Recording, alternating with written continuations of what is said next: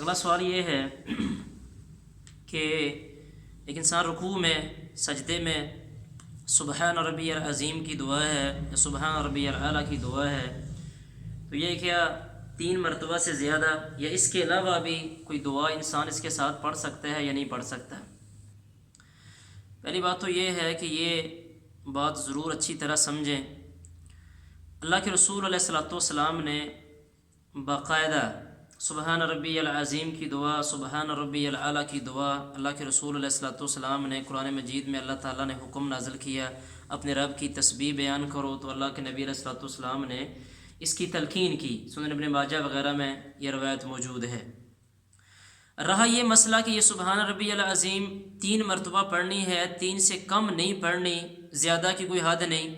جتنی بھی روایات میں اس کی تعیین آئی ہے، تعداد مقرر ہوئی ہے کہ 3 مرتبہ پڑھنی ہے، وہ روایات سندن صحیح نہیں ہیں۔ لہذا جو سبحان ربی العظیم کی دعا ہے، سبحان ربی الاعلیٰ کی دعا ہے، تو یہ 3 مرتبہ سے کم بھی پڑھی جا سکتی ہے، 3 مرتبہ سے زیادہ بھی پڑھی جا سکتی ہے۔ صحیح مسلم میں ایک واقعہ آتا ہے، یہ واقعہ تفصیلاً امام اہل سنہ والجماعہ امام احمد بن حنبل رحمۃ اللہ علیہ کی مسند میں بھی یہ واقعہ موجود ہے کہ اللہ کے رسول صلی اللہ علیہ وسلم تقریباً رات کا اکثر حصہ اللہ کے رسول صلی اللہ علیہ وسلم رکوع میں سجدے میں سورہ مائدہ کی یہ آیت پڑھتے رہے، ان تعذبہم فانہم عبادک، یہ والی آیت پڑھتے رہے۔ اب اس روایت سے یہ سمجھ آتی ہے، اور بعض روایات میں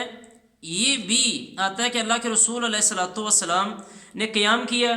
جس طرح صحیح مسلم وغیرہ میں، سنن نبی داود وغیرہ میں، صحیح بخاری وغیرہ میں کہ اللہ کے رسول اللہ صلی اللہ علیہ وسلم قیام کرتے تھے۔ اچھا، بسا اوقات رکوع اور سجدے کی مقدار بھی وہ اللہ کے رسول اللہ صلی اللہ علیہ وسلم کے قیام کے برابر ہوتی تھی۔ اتنے لمبے لمبے سجدے اللہ کے رسول صلی اللہ علیہ وسلم کیا کرتے تھے، تو یقیناً جب اتنے لمبے لمبے سجدے کیا کرتے تھے تو دعا کوئی ایک مرتبہ تو نہیں تھی، تو لہذا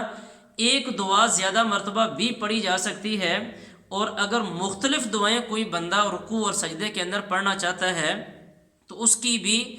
ممانت نہیں ہے۔ صحیح مسلم کے اندر تو یہ حدیث بھی موجود ہے نا کہ اللہ کے رسول علیہ الصلوۃ والسلام نے فرمایا کہ بندہ سب سے زیادہ قریب سجدے کی حالت میں ہوتا ہے، فرمایا فاکثروا فیہ دعا، تو سجدے کے اندر دعا زیادہ سے زیادہ کیا کرو۔ تو لہذا